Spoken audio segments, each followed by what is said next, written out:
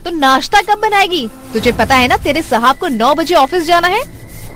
तभी गरीब इंदु कपकपाती हुई कहती है, माज रही हूँ मालकिन, पानी एकदम बर्फ जितना ठंडा है, हाथ पैर भी सुन्न पड़ गए हैं, थोड़ा गर्म कर लूं पानी।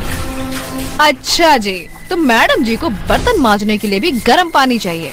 मैंने तुझे इस घर में काम करने को रखा है, काम चोरी करने को नहीं।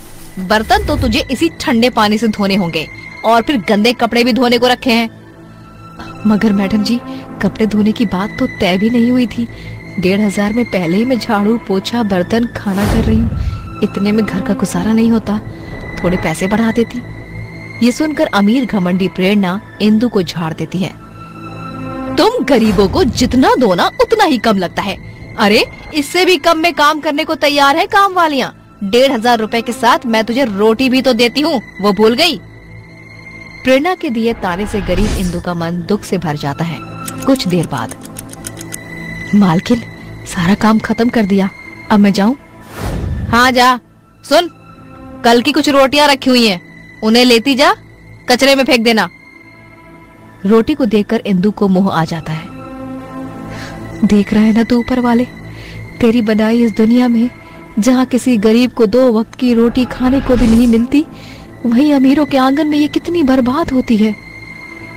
इंदु वो रोटी घर ले आती है, जहाँ 70 साल की बूढ़ी सुखिया और उसके बच्चे गुड़िया, सुगना और चीनू भूखे बैठे होते हैं। दीदी, सुगना दीदी, माँ आ गई। माँ आओ, रोटी लाई हो ना, बहुत भूख लगी है।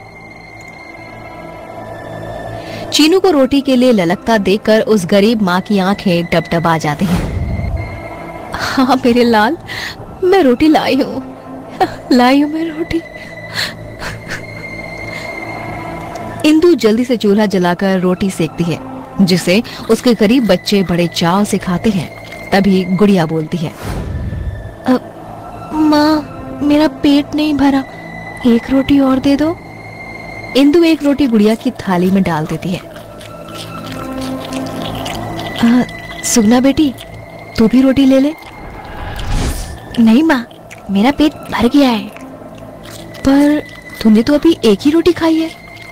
माँ मैं जानती हूँ रोटी कम है, और अगर मैं एक रोटी और ले लूंगी तो आप बाबूजी और दादी माँ क्या खाओगे? रोटियाँ तो घट जाएंगी ना।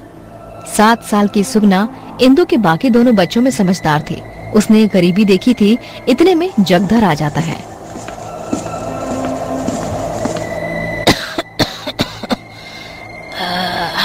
जगधर आ गया तू? आजा रोटी खा ले। जगधर जब बहुत छोटा था तब उसके माता पिता चल बसे। ऐसे में उसकी दादी सुखिया ने ही उसे पाला पोसा। गरीब परिवार के पास रहने को एक टूटी फूटी झोपड़ी के सिवा कुछ भी नहीं था। जैसे तैसे बड़ी गरीबी में उनके दिन कट रहे थे। जगधर था तो एक दिहाड़ी मजदूर, मगर सर्दी में उसके पास कोई काम नहीं था। इसीलिए पिछले कुछ महीनों से इंदु कोठी में रोटी बनाने का काम कर रही थी। अगले दिन से एकदम से कड़ाके की ठंड बढ़ जाती है। इंदु फटी झीनी साड़ी में कपकपाते हुए काम पर आती है। एकदम से कितनी ठंड बढ़ गई है। अरे मेम साहब, ये कौन काम कर रही है? ये मेरी नई काम वाली है, आज ही रखा है। तुझे तो ये तुझसे भी सस्ते में काम कर रही है। अब तो जा, तेरी कोई जरूरत नहीं है। इंदु चिंता में आ जाती है। उसके बूढ़ी सुखिया और उसके बच्चे समेत सभी का भूखा चेहरा नाचने लगता है। वो भरी आंखों से कहती है, मेम साहब, मुझ गरीब के पेट पर लात मत मारिए, वरना मेरे बच्चे भूखे मर जाएंगे। मैं उन्हें क्या खिलाऊंगी? वो तू देख ले, मुझे उससे कोई लेना देना नहीं। इंदु सारे रास्ते रोते बिलखते घर आती है। सुखिया खांसते हुए और ठंड में कपकपाते हुए बिस्तर पर पड़ी थी। अरे इंदु, आज तू काम से इतनी जल्दी कैसे चली आए? मालकिन ने मुझे काम से निकाल दिया है दादी माँ। अरे तू रो मत ना इंदु, देख तुझे देखकर बच्चे भी रो रहे हैं। सब ठीक हो जाएगा। वो बैठा है हम गरीबों को रोटी देने वाला। जगधर इंदु को तो दिलासा देता है, मगर मन ही मन खुद भी इसी चिंता में थे। देखते देखते शाम ढल गई और ओले भी गिरने लगे। माँ, भूख लगी है, रोटी बना दो ना माँ। आज हमारे घर में रोटी नहीं बनेगी चीनू, क्योंकि आटा खत्म हो गया है और माँ के पास पैसे भी नहीं है। उस दिन उस गरीब के परिवार को भूखे ही सोना पड़ा, पर इसी तरह से सबके 2-3 दिन निकल गए। माँ, मैं अब और बूटा नहीं ले सकता, रोटी दो ना माँ, रोटी, पेट भी दुख रहा है। चीनू रो रो कर रोटी मांगते मांगते बेसुध सा पड़ गया। तभी सुगना ने कहा, माँ देखो, चीनू को कुछ हो गया है माँ। ए चीनू आंखें खोल बेटा। चीनू मेरी लाल, आंखें खोल बेटा। कितने दुख दिखाएगा ऊपर वाले, और कितने सितम ढाएगा। अरे कैसा भगवान है तू, जो मेरे गरीब भूखे बच्चे को रोटी भी नहीं दे सकता। लाचार होकर इंदु आंखों में आंसू, रोटी की आस लिए भीख मांगने सड़क पर आ जाती है। ठंड इतनी थी कि चारों तरफ घना कोहरा था। सड़क एकदम सुनसान थी। उसकी व्यथा इतनी बढ़ जाती है कि वो ईश्वर से कहती है, तूने ये रास्ता भी बंद कर दिया। तू बड़ा निर्दयी है रे ऊपर वाले, हम गरीबों को रोटी के लिए बड़ा रुलाता है। तभी इंदु की नजर कूड़ेदान से हटकर घास चर रही गायों के झुंड पर जाती है। वो आंसू पोंछकर कहती है, जब ईश्वर कहलाने वाली गौ माता घास खा सकती है, तो हम गरीब की क्या औकात। मैं मेरे बच्चों को भूख से मरने नहीं दूंगी। इंदु ढेर सारा ताजा घास तोड़कर उसे लाती है। माँ, तुम ये घास क्यों लाई हो? क्या तुम रोटी लाने गई थी? बस मेरी बच्ची, माँ अभी रोटी बनाएगी। सिर्फ इस घास से बात नहीं बनेगी, क्या करूं, घर में तो जरा सा भी आटा नहीं है। इंदु पड़ोस से थोड़ा सा आटा उधार मांग कर लाती है और उस घास को पीसकर उसे आटे में मिलाकर रोटी बनाकर अपने परिवार को खाने को देती है। अरे वाह माँ, ये घास की रोटी तो एकदम आटे की रोटी जितनी स्वादिष्ट लग रही है। अपनी बेटी सुगना को घास की रोटियों की बढ़ाई करता देख इंदु की आंखों से आंसू छलक पड़ते हैं। मेरी बच्ची, मैं जानती हूँ ये घास की रोटियां आटे की रोटियों की बराबरी नहीं कर सकती। तुझे अपनी माँ का मन रखने के लिए झूठ बोलने की जरूरत नहीं। इतने में चीनू भी तपाक से बोलता है, नहीं माँ, सच में ये घास की रोटी मीठी मीठी है।